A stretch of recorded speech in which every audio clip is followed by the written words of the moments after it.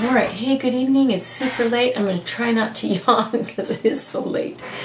I want to share with you some of the things that I learned from Les Brown, and he's just an amazing speaker. And there are so many speakers out there. I was thinking away at the ones I'd been reading about: Brendon Burchard and Og Mandino, and Tony Robbins, who I listened to. Wayne Dyer, Earl Nightingale.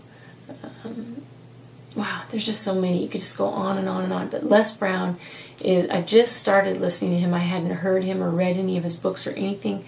And I'm just so excited to be able to hear and to be motivated and inspired.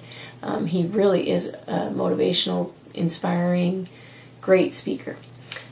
He talked about, what it takes to be your best self, and what it takes to be in an entrepreneurial spirit and to stay in that.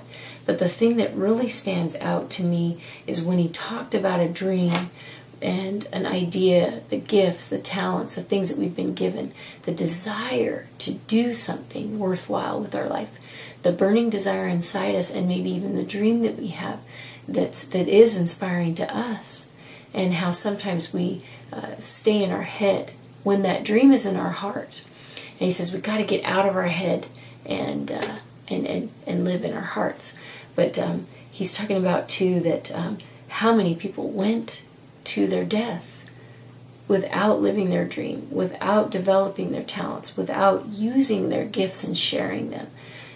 So many. How many of us are putting our lives on hold and procrastinating and not getting out of our own head and getting out of our own way? And that's just, I just think that's so amazing. So he had us imagine literally laying in our deathbed, basically, Imagine yourself, you're just about dead, and who comes and is standing around your bed but the ghost of your gifts, the ghost of your dreams, your talents, the ideas that you had. Those ghosts standing there crying at your death, realizing that you had not utilized them and that they were going to die with you. And that just, that made me think, it gives me a lot of strength to keep moving forward. And the other thing he said, which, I hear Uchtdorf say, I hear, it's even in the scriptures, that we will fail. There are going to be mistakes that we make and trials we go through, and those are going to make us stronger. Those are going to make us better. So when I feel cruddy, I need to keep pushing forward and know that with every setback, every setback, that's what it is. Every setback is a setup for a comeback. And like Les Brown says, if you fall, make sure you fall on your back, because if you can look up, you can get up. I like that too. So one more thing I want to say that I had hung up on my wall, and now after listening to Les Brown, it even makes more sense to me. I am ignited by a noble calling to participate in the grand adventure of conscious transformation.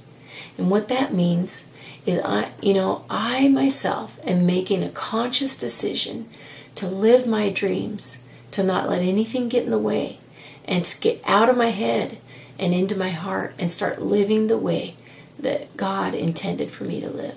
And you can do that too. And we all are here for a purpose, and it's a grand purpose because there's something great in each of us. So with that, I say, charge. Make it a great weekend. And we'll talk to you again soon.